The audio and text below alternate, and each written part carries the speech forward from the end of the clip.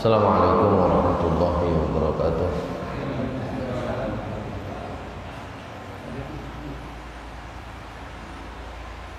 Innal hamdalillah nahmaduhu wa nasta'inuhu wa nastaghfiruh wa na'udzu billahi min shururi anfusina wa sayyiati a'malina. Man yahdihillahu fala mudilla lahu wa man yudlilhu fala hadiya lahu. Asyhadu an la ilaha illallah wahdahu la syarika lah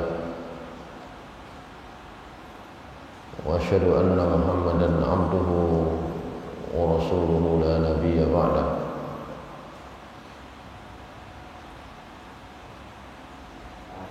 Amma ba'du fa ya ibadallah usini wa iyyakum bittaqwallah.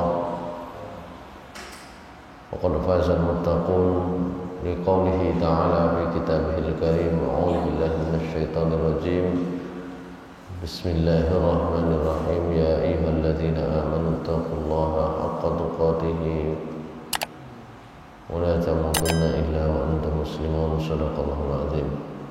Ma'asyiral muslimin, jamaah salat subuh yang dimuliakan Allah Subhanahu wa taala. Pertama marilah kita bersyukur kepada Allah Subhanahu wa taala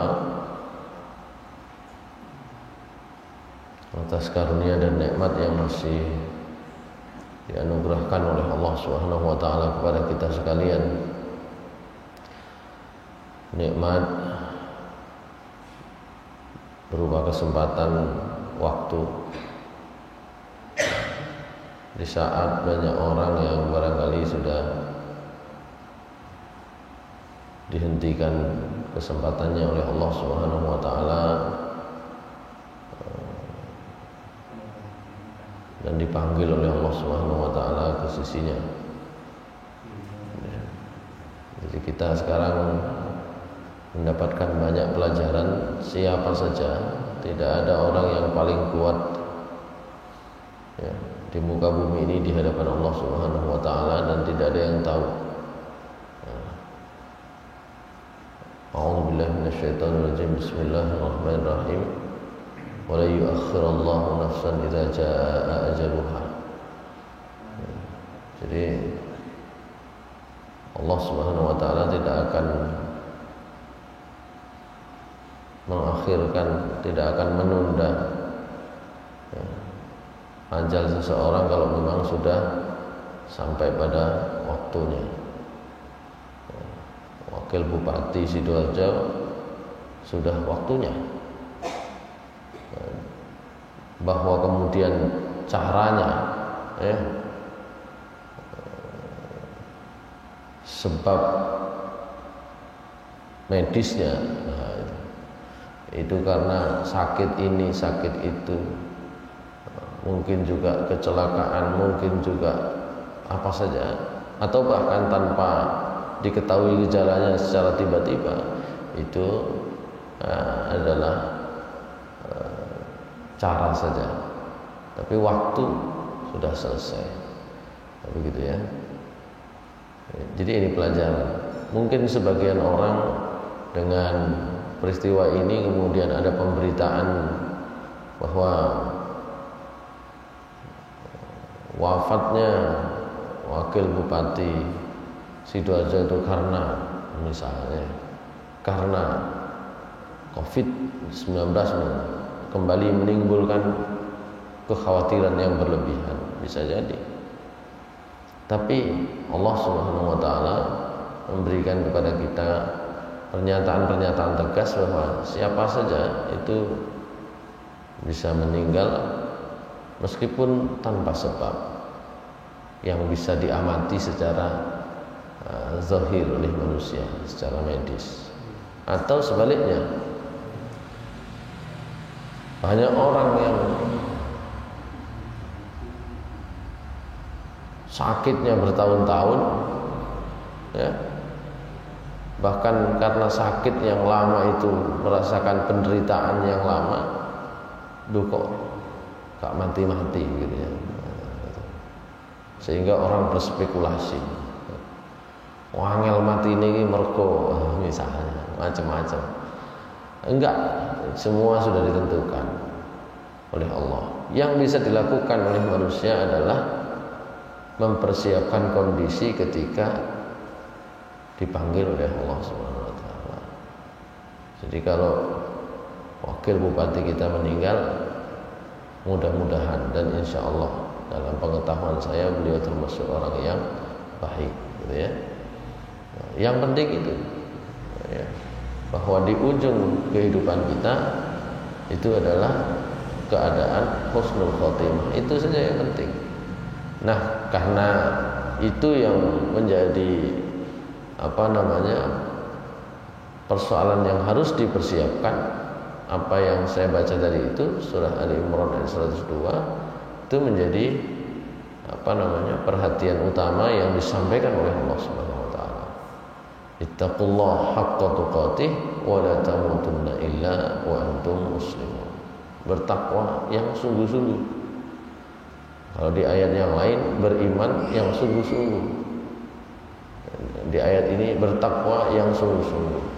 Dengan kesungguhan di dalam beriman dan bertakwa diharapkan kita tidak meninggal kecuali dalam keadaan berserah diri kepada Allah Subhanahu wa taala.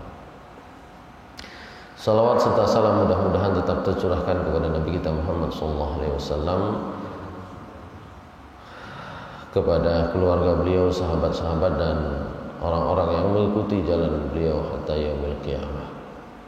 Ma'asyiral muslimin rahimakumullah. Ya, kalau melihat 2 minggu yang lalu beliau sehat-sehat saja.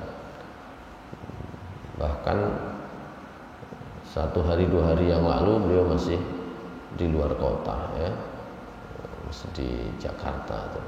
2 minggu yang lalu melantik Dewan Pimpinan MUI Sidoarjo, gitu ya.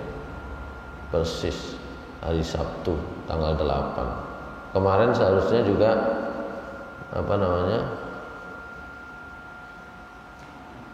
diundang sebenarnya dalam acara raker MUI Sidoarjo di Pondok Modern Al-Amanah Jonwangi, gitu ya.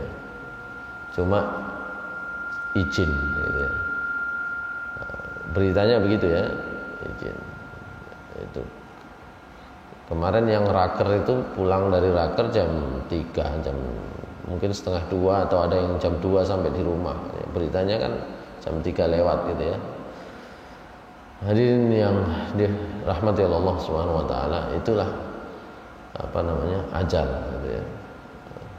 Dalam ayat yang lain bahkan Allah menyatakan, bahkan apabila kita sekalipun bersembunyi di di benteng yang musyayyadah, di benteng yang kokoh sekalipun, ya. Benteng yang kokoh itu macam-macam, dokternya banyak, tim medisnya banyak, ya. Ahli gizinya ada di sekitarnya, itu benteng juga. Meskipun dikelilingi itu, kalau sudah waktunya mati, dipanggil oleh Allah, mati juga. Hadirin sekalian yang dimuliakan Allah Subhanahu wa taala, karena itu nanti ayat-ayat yang terkait dengan pembahasan kita sebenarnya bagi Allah Subhanahu wa taala adalah kisah. Karena kita bicara tentang kisah Bani Israel yang harusnya menjadi pelajaran bagaimana kesempatan-kesempatan dan nikmat-nikmat yang diberikan oleh Allah Subhanahu wa taala itu menjadi warning bagi kita. Selain menjadi kesempatan, tapi peristiwa-peristiwa yang diceritakan oleh Allah itu menjadi warning, menjadi peringatan. Kesempatan waktunya sendiri adalah kesempatan bagi kita, tapi kisah-kisah yang kita pelajari itu menjadi peringatan bagi kita. Sebenarnya itu juga peringatan bagi orang-orang terdahulu. Tapi ketika sudah lewat dan itu sekedar menjadi cerita, maka cerita-cerita, kisah-kisah itu menjadi peringatan bagi kita semua dan pelajaran. Baik, kita kemarin ada di ayat 62. Jadi kita bicara kemarin tentang bagaimana orang-orang yang beriman, orang-orang Yahudi, orang-orang Nasrani, as-sabiuna, ya, yang disederhanakan, yang menyembah bintang. Siapa saja yang beriman kepada Allah dan hari akhir dan beramal soleh, maka mereka tidak akan memiliki rasa takut dan tidak pula juga akan merasa bersedih. Artinya mereka akan memiliki kesempatan mendapatkan pahala yang besar dari Allah Subhanahu wa taala. Cuma kemarin kita juga bisa mengambil kesimpulan bahwa disebutkannya secara berurutan orang-orang yang beriman, orang Yahudi, orang Nasrani, as-sabiun yang menyembah bintang, ya, dan disebut oleh Allah siapa yang beriman kepada Allah dan hari akhir serta beramal soleh itu akan mendapatkan pahala di sisi Allah Subhanahu wa taala. Itu tidak dipahami dalam makna yang saat ini barangkali banyak dipublikasikan, banyak propagandakan, gitu ya. Propagandanya kan semua agama sama asal orangnya baik, kan gitu ya. Itu propagandanya, kan gitu. Kita baru tahu bahwa para ahli tafsir kata kuncinya itu adalah satu tentang istilah-istilah, gitu ya. Istilah-istilah itu adalah istilah Yahudi, istilah Nasrani, istilah as-sabiun. Itu istilah penting ya. Yahudi, Nasrani, as-sabiun yang ada di dalam ayat itu bukan nama agama. Nah, gitu kemarin ya. Tapi orang-orang yang menganut ajaran tertentu, gitu ya. Gampangannya, orang yang menganut ajaran apa saja, kalau kemudian dia beriman, nah begitu, kepada Allah, kepada hari akhir dan beramal soleh, nah begitu. Jadi bukan agama. Kalau nanti agama bahaya. Setiap orang dengan identitas agama-agama itu otomatis ya bisa masuk surga, wong dia punya Tuhan, nah, begitu ya. Jadi kata kuncinya alladzina hadu, bahkan hadu itu maknanya kemarin ya ada 3 ya. Hadu kemarin. Siapa yang disebut hadu? Yang pertama, sepakat para ahli tafsir, makna hadu itu adalah orang yang tabu, roja'u, taubat, gitu ya. Selain itu ada yang mengaitkannya dengan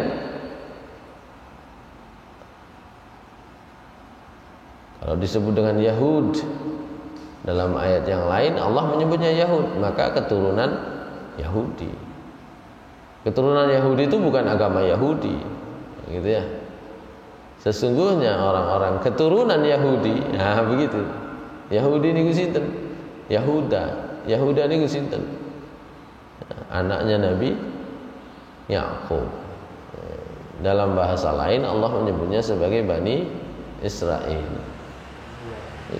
Hingga orang-orang keturunan Yahudi yang beriman kepada Allah, begitu memaknainya begitu. Para ulama, para ahli tafsir memaknainya sesungguhnya orang-orang keturunan Nabi Yakub, keturunan Nabi Yakub yang dari anaknya Yahuda, nah, begitu ya. Anaknya Nabi Yakub itu salah satunya yang tertua adalah Yahuda. Jadi yang tertua Yahuda, anak beliau 12, yang tertua namanya Yahuda. Keturunan Yahuda, nah, begitu memaknainya.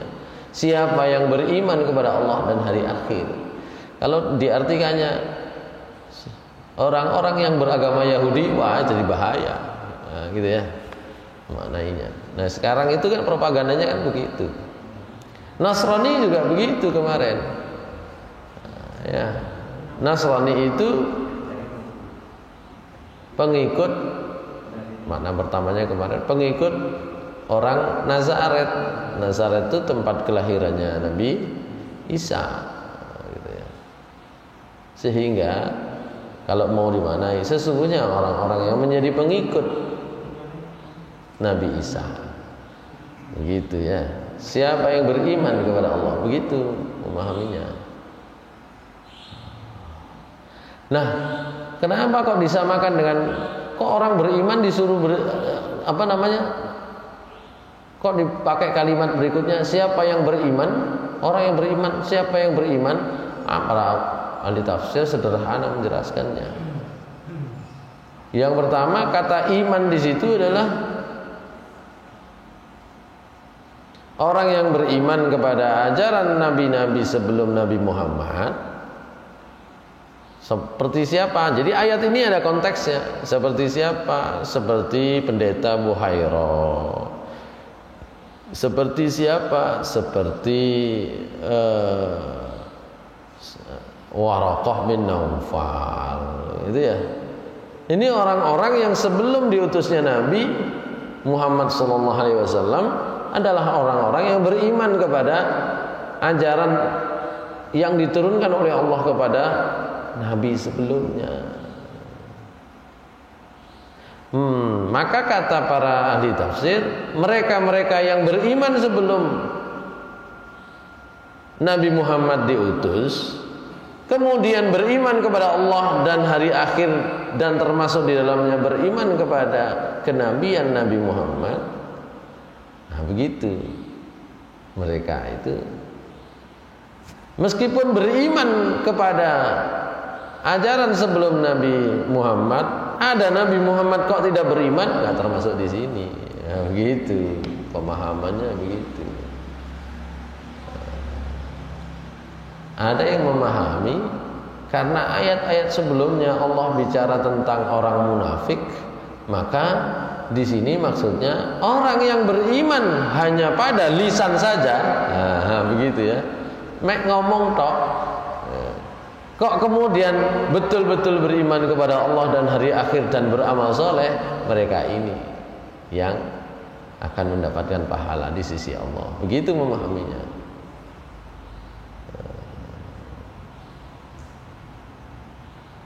Karena di ayat-ayat sebelumnya kan, di ayat 9 kan Allah mengatakan, wa minan nasi may yaqulu amanna billahi wa bil yaumil akhiri wa ma hum bimu'minin.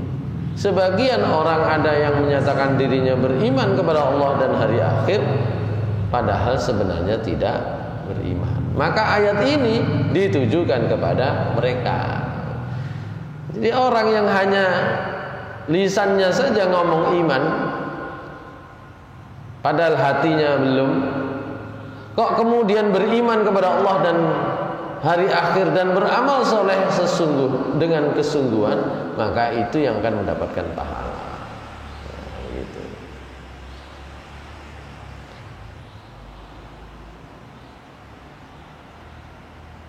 Jadi begitu cara mengartikannya.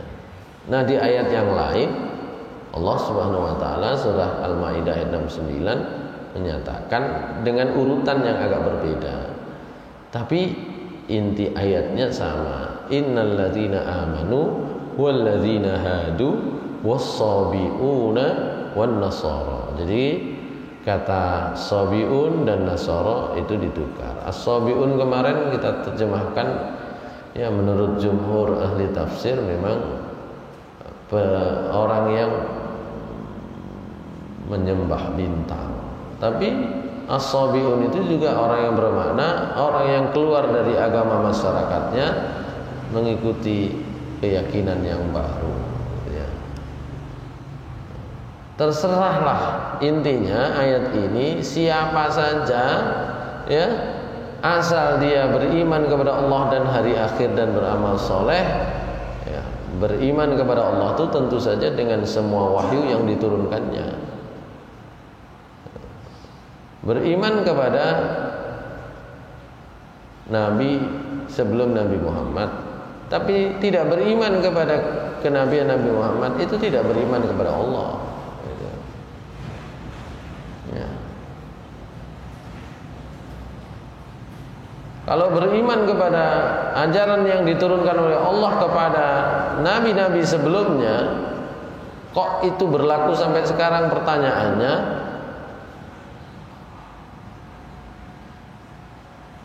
poin keimanan dari ajaran itu Anda dapat dari mana? Karena sumber-sumber otentiknya sudah tidak ada, gitu loh. Yang ada adalah sumber cerita-cerita biasa yang diturunkan dari komunitas agama tersebut, dan itu saling berbeda antara satu kelompok dengan yang lain. Nah, oleh karena itu umat Islam itu kata kuncinya untuk menghimpun ajaran itu tetap bisa dikatakan otentik ada pada kata Al-Quran. Jadi Al-Quran itulah yang menjadi bukti otentik ajaran itu. Karena itu semua umat Islam ya melalui para ulama itu sepakat bahwa beriman kepada agama ini, poin pertamanya adalah mengikuti Al-Quran. Jelas. Yang diikuti siapa? Beriman kepada Allah itu. Jadi bukan mengikuti kebiasaan-kebiasaan. Kebiasaan itu kalaupun ada yang menyatakan demikian, nggak ada kan. Bahkan kalau dalam teman-teman sebelah itu sama. Ya, sumber rujukannya Al-Quran, sumber rujukan keduanya adalah hadis, sumber kemudian adalah ijma' qiyas gitu misalnya. Tapi Al-Quran tetap aja dia di depan. Ya. Hadis atau sunnah Rasul tetap aja di depan. Yang dua di belakang itu persoalan pilihan ijtihadiyah. Kata kuncinya disitulah sumber otentik ajaran agama Islam.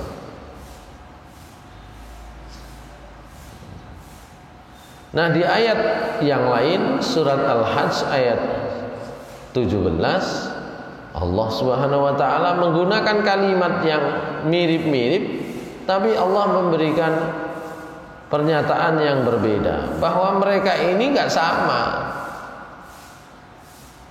Innal ladzina amanu wal ladzina hadu was-sabiina wan nasara wal majusa wal ladzina asyraku innallaha yafsilu bainahum yawmal qiyamah innallaha ala kulli syai'in syahid.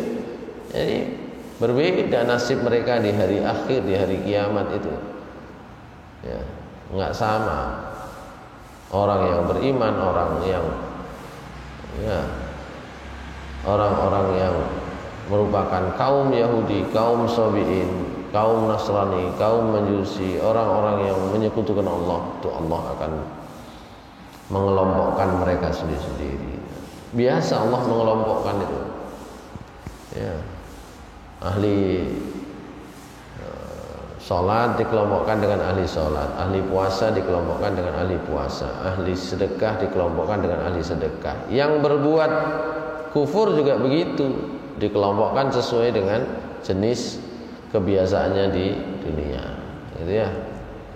Jadi yang di surga dikelompok-kelompokkan, yang di neraka dikelompok-kelompokkan, sama. Baik, itu review atau mengulang sedikit, memberikan penekanan terhadap ayat yang sebelumnya kita bahas.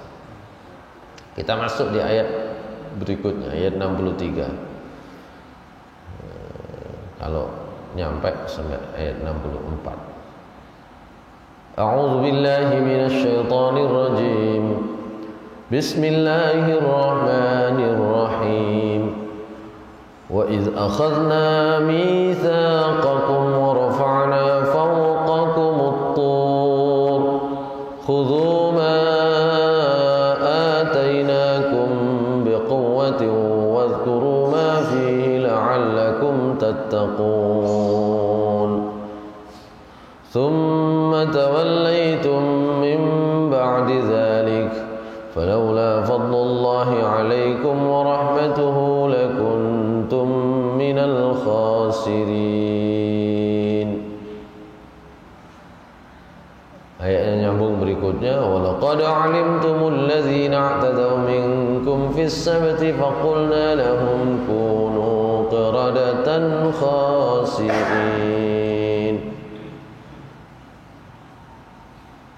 Mungkin kita bahas di pertemuan berikutnya itu ya. Jadi ada rentetan amalan-amalan, perbuatan-perbuatan dari Bani Israel itu yang kemudian oleh Allah Subhanahu wa taala diceritakan, dikisahkan di dalam Al-Qur'an sebagai pelajaran bagi kita. Jadi Allah Subhanahu wa taala itu memberikan kepada manusia itu kesempatan berulang-ulang, gitu ya. Itu pelajaran pentingnya. Jadi kita itu diberikan oleh Allah kesempatan berulang-ulang, bolak-balik.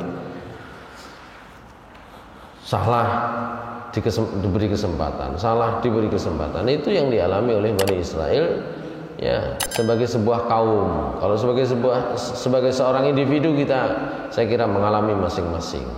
Sebagai sebuah kaum, Bani Israel itu diberikan oleh Allah kesempatan berulang kali dengan banyak nikmat, banyak perintah-perintah yang kemudian dilanggar tapi diampuni, diberi kesempatan dan seterusnya diberikan lagi.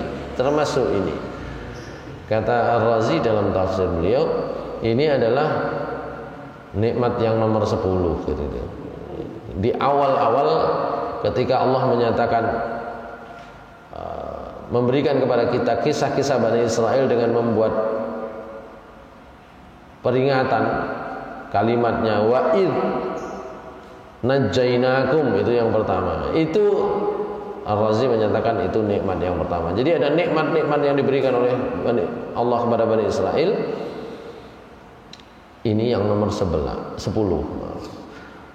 Wa'id akhadna, dan ingatlah ketika kami mengambil mitsaqakum, perjanjian kalian, mengambil sumpah kalian, janji kalian. Wa rafa'na fawqakumut tur, dan kami angkat di atas kalian itu at-tur, gunung Tur.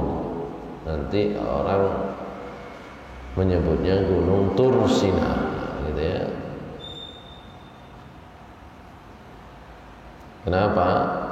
Karena di dalam surat At-Tin bunyi itu ya, wattini wazzaitun wa turi sinin. Apa janji yang diambil oleh Allah dari Bani Israel, sumpah yang diambil oleh Allah dari Bani Israel dalam ayat ini, itu adalah khudhu ma atainakum biquwwah. Berjanjilah agar kalian ambil apa yang sudah kami berikan kepada kalian biquwwatin, dengan kuat, dengan teguh, dengan kokoh. Wadhkuru ma fihi, dan ingatlah kalian kepada apa yang ada di dalamnya, la'allakum tattaqun, agar kalian menjadi orang yang bertakwa. Hadirin sekalian yang dimuliakan Allah Subhanahu wa taala. Ar-Razi dalam tafsir beliau menyatakan bahwa yang pertama, annal mitsaq innama yakunu bi fi'lil umuri allati tujibul inqiyada wat ta'ah. Jadi perjanjian yang diambil oleh Allah dari Bani Israel itu apa? Itu adalah innama yakunu, yakni dia berupa bi fi'lil umuri allati tujibul inqiyad wat ta'ah, berupa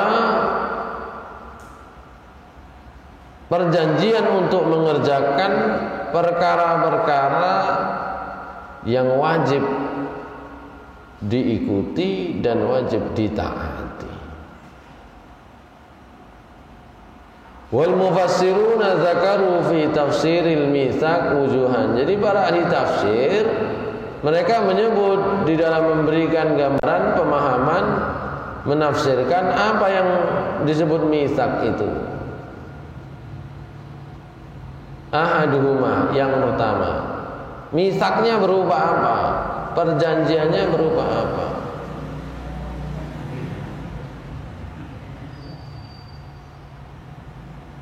Jadi ada beberapa makna.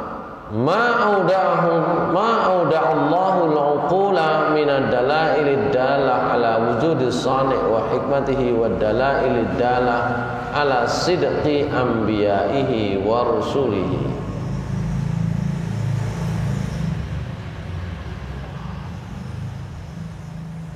Jadi yang umum, makna umumnya adalah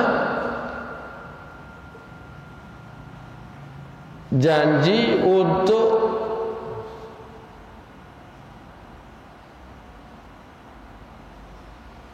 menggunakan segenap petunjuk-petunjuk Allah Subhanahu wa taala tentang keberadaan Allah sebagai pencipta. Berjanji untuk berpegang kepada petunjuk-petunjuk yang sudah diberikan oleh Allah Subhanahu wa taala kepada Bani Israel terkait dengan kebenaran nabi-nabi dan rasul-rasul Allah Subhanahu wa taala. Jadi petunjuk-petunjuk yang diberikan oleh Allah kepada Bani Israel tentang Allah itu ada. Loh, kenapa kok begini? Ya kan Bani Israel kan sempat ngomong ya kepada Nabi Musa, lan nu'mina laka hatta narallaha jahra. Kami tidak beriman, tidak akan beriman kepadamu wahai Nabi Musa sebelum kami melihat Allah secara langsung. Maka Allah buktikan keberadaannya dengan dimatikan mereka. Ini padahal orang-orang yang bertanya semacam itu orang-orang pilihan. Orang-orang pilihan itu alim-alimnya Bani Israel lah kira-kira ya. Yang 70 orang dipilih oleh Nabi Musa itu. Ya, Nabi Musa mendapatkan wahyu di Gunung Tursina, ngajak 70 orang pilihan yang paling alim di antara Bani Israel gitu ya. Kok kemudian 70 orang yang diajak untuk memenuhi panggilan Allah, Nabi Musa dipanggil oleh Allah, ya sebagai bukti mereka sebagai ya, bukan sebagai bukti, sebagai saksi. Ayo sampai cek ikut ekseni, gitu ya. Diajaklah 70 orang ini. Nabi Musa mendapatkan wahyu Taurat, tapi karena 70 orang ini tidak langsung bisa merasakan turunnya wahyu sebagai Nabi Musa, mendapatkan wahyu tersebut dari Allah, itu kan tanya, oh kami gak ikut lihat kok, suruh tadi saksi. Ya, kami baru yakin kalau kami ikut melihat Allah secara langsung. Loh iya, secara akal kan memang begitu. Nah karena itulah Allah kemudian memberikan kepada mereka hukuman sambar petir kan gitu ya. Sambar petir. Tapi kan saksinya kalau mati semua kan, kalau Nabi Musa balik ke kaumnya kan saksinya gak ono. Akhirnya kemudian dihidupkan lagi kan gitu ya. Selain untuk menjadi saksi bagi Nabi Musa di hadapan umatnya yang lain, ya supaya juga mereka memiliki bukti yang kuat bahwa Allah itu ada, gitu ya. Sehingga Allah Subhanahu wa taala mengambil sumpah kepada mereka untuk menggunakan petunjuk-petunjuk yang sudah jelas itu sebagai bukti tentang keberadaan Allah yang Maha Mencipta. Juga sebagai bukti tentang kebenaran nabi-nabi dan rasulnya. Nabi Musa diuji beberapa kali kan gitu ya. Jadi kenabian Nabi Musa itu diuji melalui pertanyaan-pertanyaan yang ya, konyol sebenarnya, tapi rasional gitu loh. Ya. Kalau Misalnya kalau sekarang ditanya, ya, kalau saya ditanya, sampean nenek wong alim temen cidek karo Gusti Allah, saya aku dongakno. Ya. Wah, soro iki adik. Gak mustajabah gak diakoni. Ya. Ayo, enten kiai, enten ustaz langsung dijaluk. Nek enten jenengan alim sakti kula saniki butuh sepeda motor anyar sampean tungakno cek. Dan itu dialami oleh Nabi Musa. Kan gitu ya. Nah, kalau semua orang begitu bayangkan dunia macet. Kabeh gak usah nyebut gawe moro nang nabi ya. Kan gitu. Karena itu hal-hal yang demikian dalam dalam sejarah, dalam kisah-kisah nabi-nabi terdahulu, termasuk Nabi Muhammad SAW itu nggak banyak, hanya untuk sebagai contoh-contoh saja. Itu cara Allah memberikan kepada kita peringatan kan pakai contoh-contoh. Kalau nggak dipakai contoh, semua diajarkan semua, nggak ada orang belajar. Ya, guru ngajar untuk bisa melatih anak-anak didiknya supaya belajar dan mampu mencapai tujuan pembelajaran yang dikehendaki, ya dikasih contoh-contoh. Tapi contoh-contoh itu ya cukup beberapa contoh yang mewakili saja, gitu. Nggak perlu semua, termasuk contoh soalnya ditokno kabeh. Contoh soalnya ditokno kabeh, dikeluarkan semua. Itu gak belajar namanya, kan gitu ya. Langsung ngerpek begini kan gitu ya. Oh, iki wis biyen wis contoh soalnya tinggal nyalin saja, nggak pernah belajar. Contoh itu hanya diberikan beberapa poin penting, rumus-rumusnya. Maka dalam kisah para nabi juga begitu. Cuma kalau Bani Israel itu yang dikisahkan oleh Allah tuh banyak sekali, itu saking nemene. Umpama murid itu contohnya bisa gak iso kan gitu ya, nggak bisa gitu. Di satu sisi kita mendapati kecerdasan Bani Israel, tapi di sisi lain kalau lihat bukti-bukti yang terus ditunjukkan oleh Nabi Musa, ya karena kengototan mereka meminta bukti-bukti itu sebenarnya hak pinter secara logika, tidak pinter secara spiritual kan gitu ya. Hati ini gak pinter. Bahkan kadang-kadang orang itu tidak perlu penting secara tidak penting untuk kadang-kadang ya, tidak penting untuk pinter secara intelektual, asal secara spiritual hatinya itu tajam gitu loh. Kan begitu. Itu yang pertama. Makna yang kedua, Maruya an Abdurrahman ibn Zaid ibn Aslam anna Musa alaihissalam lamma raja'a min 'indi rabbih bil alwah qala lahum inna fiha kitab Allah faqalu lan na'khudha biqaulika hatta narallaha jahrah fayaqul hadza kitabi fakhudhuhu fa'akhadhathum as-sa'iqah famatu thumma ahyahum thumma qala lahum ba'da dhalika khudhu kitab Allah fa'abaw farufi'a fawqahum at-tur wa qila lahum khudhu kitab wa illa tarahnahu 'alaikum fa'akhadhuhu wa faruf at-turi wal mitsaq. Nah, yang disebut mitsaq, janji yang diambil oleh Allah, sumpah yang perjanjian yang diambil oleh Allah itu, ini makna yang paling banyak diikuti para ahli tafsir. Apa itu?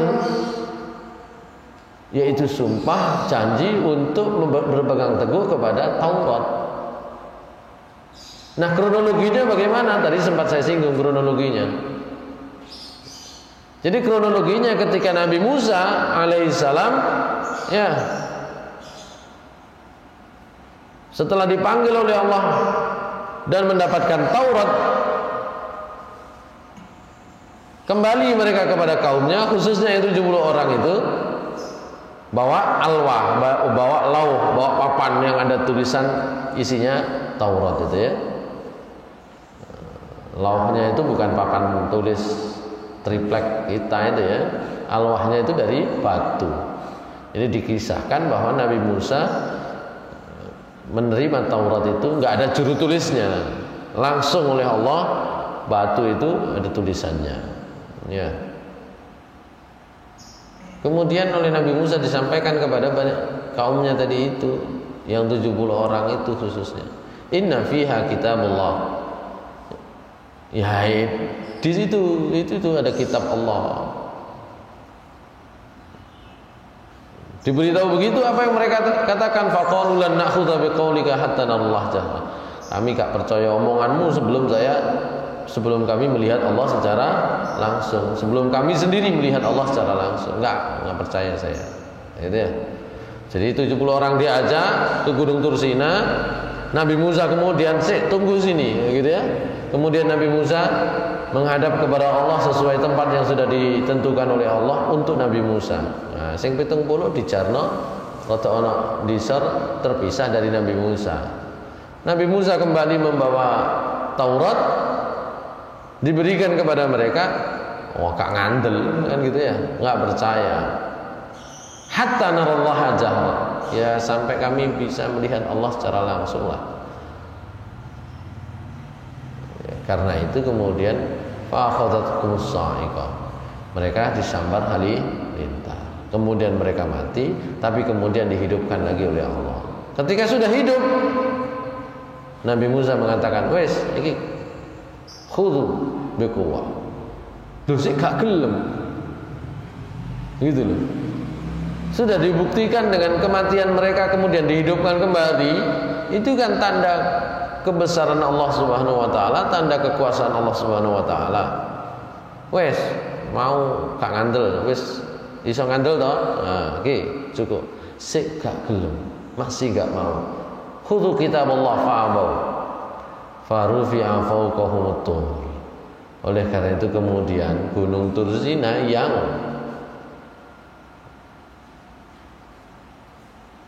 menjadi tempat mereka waktu itu diangkat oleh Allah Subhanahu wa taala. Kemudian baru dia omongkan, khudhu alkitab. Ayo sampean terima tangga. Nah, begitu ya. Gunung Tursina diangkat sambil kemudian dikatakan kepada mereka, terimalah Taurat ini. Wa illa tarahnahu alaikum. Kalau kalian enggak mau, ya kami akan lemparkan gunung ini kepada kalian. Waduh, wingi wis mari mati rek, mosok saiki mati maneh, ya gitu ya. Maka fa'akhazuhu, ya wis nek ngono kepaksa iki.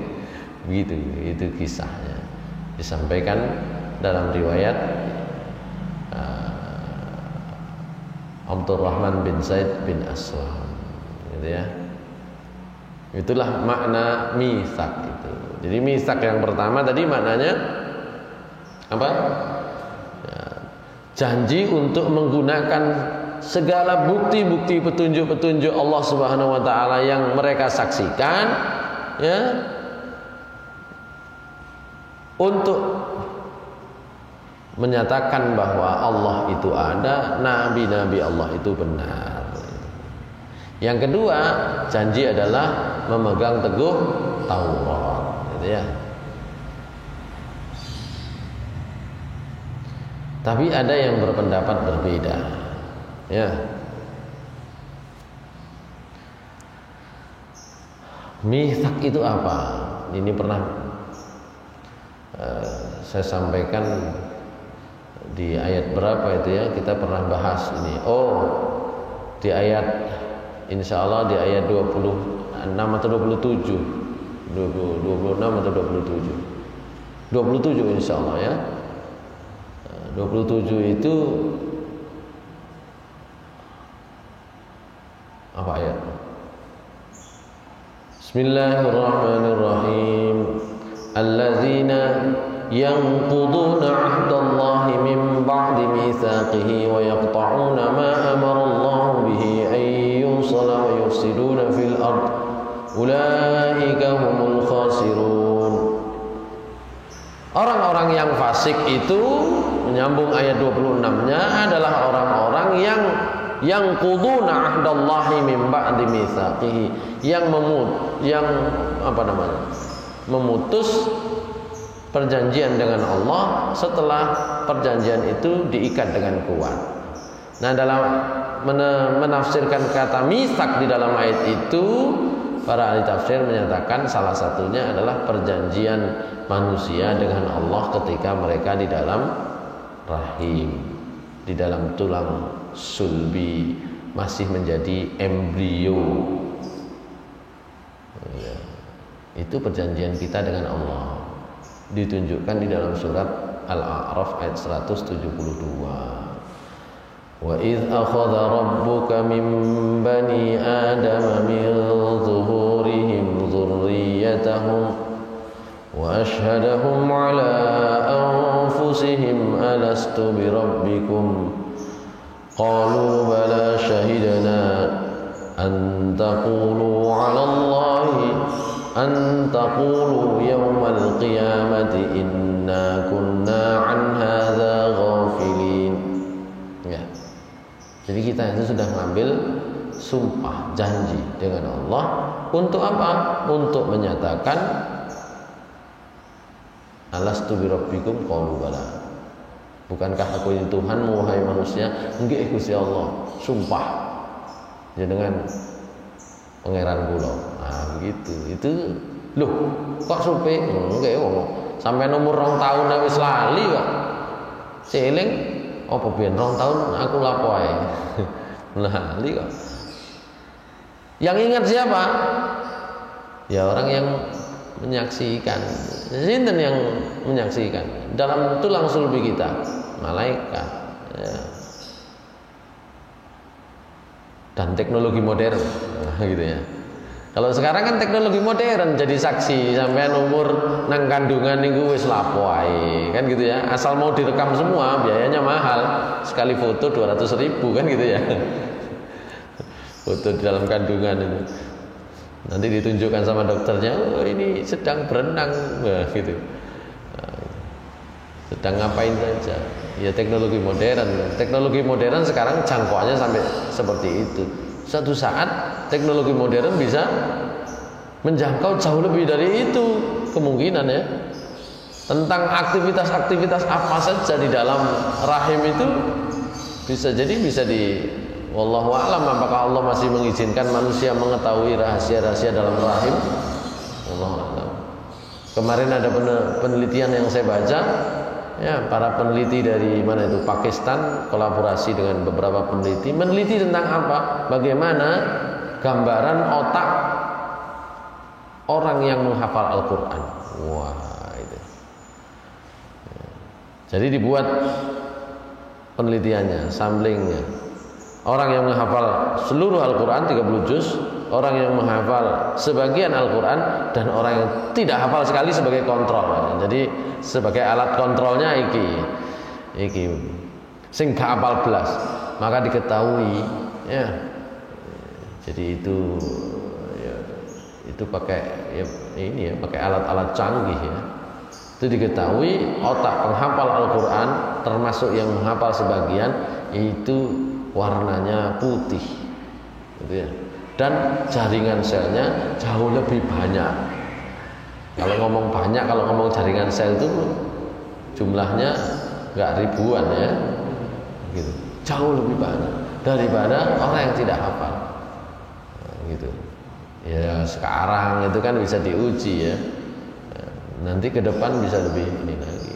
Tapi Allah Subhanahu Wa Taala menyatakan dengan jelas dalam surah Al-A'raf 172 tadi itu bahwa setiap manusia itu sudah diambil sumpahnya oleh Allah. Bagaimana kalian bersaksi bahwa saya Tuhan kalian? Sumpah ya Allah, kami bersumpah bahwa Engkau, kami bersaksi bahwa Engkau Tuhan kami. Gitu. Itulah mitsak. Jadi annalillahi mitsaqaini. Jadi Allah itu punya 2 janji. Fal awwal hina akhrajahum min sulbi Adam wa asyhadahum ala anfusihim, tadi yang saya sebut dalam surah Al-A'raf ayat 172. Wa tsani annahu alzaman nas mutaba'atal anbiya'i wal murad hahuna huwa hadzal ahdu. Hadza qaulu Ibnu Abbas wa huwa dhaifun. Ya. Yang kedua adalah janji kepada manusia.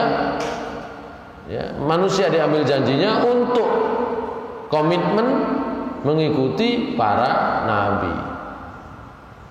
Itulah mitsaqnya. Tapi karena ini konteksnya kepada Bani Israel, kebanyakan berpendapat ya, innama qala mitsaqakum wa lam yaqul mawasikukum. Oh maaf, ini tentang makna mitsaq. Kebanyakan berpendapat bahwa yang disebut mitsaq itu adalah mengambil Taurat sebagai pedoman bagi hidup mereka. Begitu ya. Karena konteksnya mukhatabnya adalah Bani Israel. Yang diajak berbicara oleh Allah adalah Bani Israel.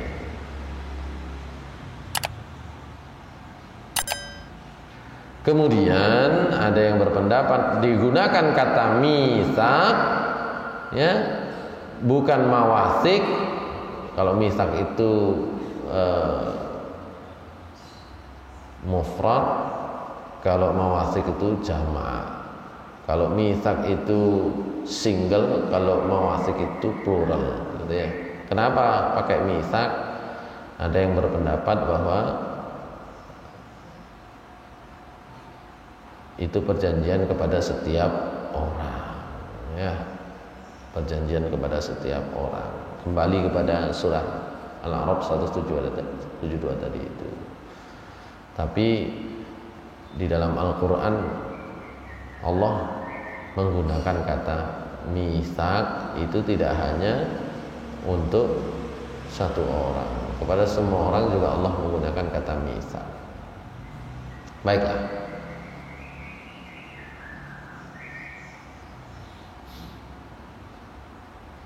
Kemudian Allah Subhanahu wa taala mengatakan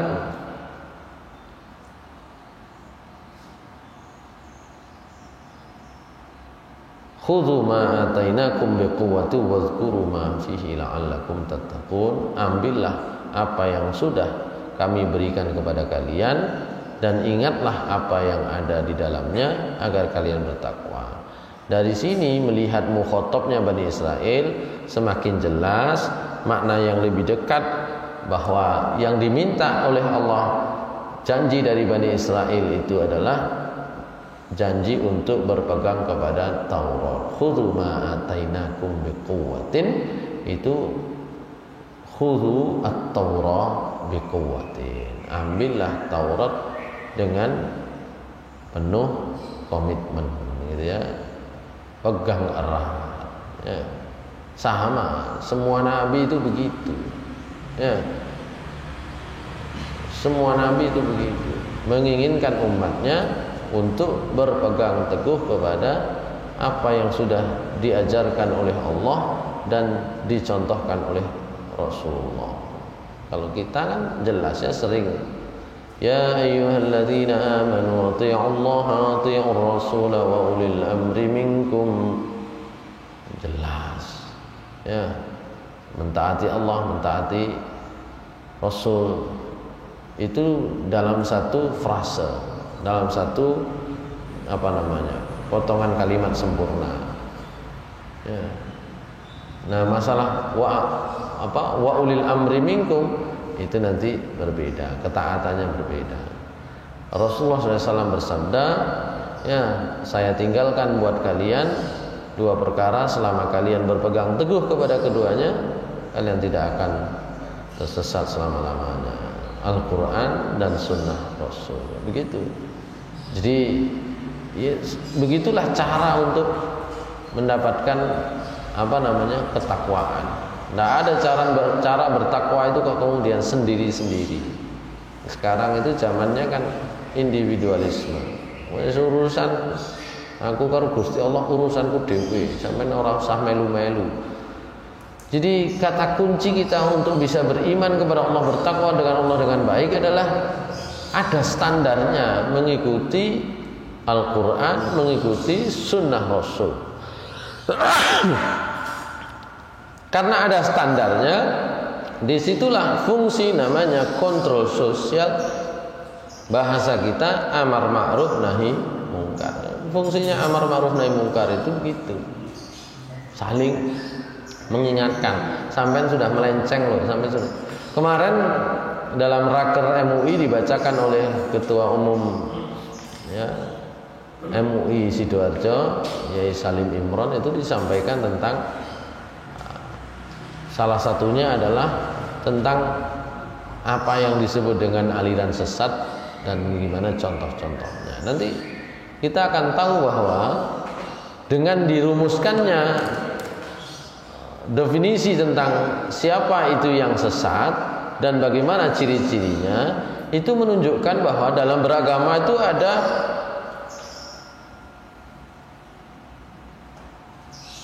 pedomannya, nggak bisa sendiri-sendiri. Ya, dalam beragama itu meskipun pertanggungjawabannya adalah individu, tapi pelaksanaannya orang lain supaya ikut saling mengingatkan. Tawasau bil haq, tawasau bis sabr. Meskipun dalam ayat yang lain Allah menyatakan tawasau bil marhamah, gitu ya. Itu tentang cara. Tapi tawasau bil haq itu isi konten. Itu fungsinya kita memiliki panduan pedoman, ya. Baik, isinya manusia itu hidup kan isinya pedoman aturan semua.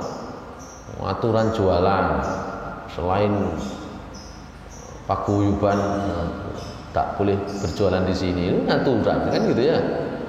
Coba kena orang lain yang pikirannya bebas, nggak terikat aturan. Ini bumi Allah, mana ya? Bumi Allah, masa bumi Allah aku kau oleh nang gini. Itu nggak bisa begitu. Orang itu terikat aturan. Bahkan diantara kita saling mengatur. Jualan di tempat yang kelihatannya bagi pengunjung itu umum. Sopo sing nggoni fasum ya? Kan wong akeh kan ngono. Iya, tapi ternyata diatur sedemikian rupa. Yang kayak gitu-gitu aja aturannya jelimet loh. Hidup yang untuk kepentingan akhirat nggak mau diatur jelimet, kan gitu ya. Kita itu kan kadang aneh. Kepentingan hidup kita sampai akhirat itu kan kepentingan yang panjang. Kepentingan jualan di fasum itu kepentingan satu hari ini, belum tentu besok bisa jualan lagi. Itu ada aturannya jelimet. Nah, sementara kita dalam menempuh kehidupan yang panjang ini kok nggak mau diatur secara rinci diaturnya ini. Hadirin sekalian yang dimuliakan Allah Subhanahu wa taala, saya kira itu dulu ya. Allah meminta Bani Israel, sebenarnya juga meminta kepada kita untuk berpegang teguh kepada apa yang diajarkan oleh Allah, diturunkan oleh Allah Subhanahu wa taala kepada manusia. Kalau kepada Bani Israel waktu itu Taurat, kepada umat manusia saat ini kepada Al-Qur'an. Supaya apa? La'allakum tattaqun, agar kalian bertakwa. Itu saja kepentingan Allah. Mau bertakwa mau tidak itu enggak pengaruh bagi Allah. Allahu Akbar, Allah Maha Besar itu ya, sampai mau menyembah Allah itu enggak pengaruh, enggak nambah besar, Allah Maha Besar. Kalau kita kemudian enggak taat, itu juga enggak pengaruh bagi Allah, Allah sudah tetap Maha Besar. Jadi itu kepentingannya untuk kepentingan manusia sendiri, gitu ya. Baik, saya kira demikian. Mudah-mudahan menjadi peringatan, pelajaran bagi kita bagaimana kisah-kisah umat terdahulu disampaikan oleh Allah, itu sebagai nasihat, sebagai pelajaran bagi kita semua. Mudah-mudahan kita senantiasa diberikan oleh Allah petunjuk dan diberikan oleh Allah keadaan husnul khatimah. Qulu qouli hadza wa astaghfirullah li wa lakum innahu huwal ghafurur rahim. Assalamualaikum warahmatullahi wabarakatuh.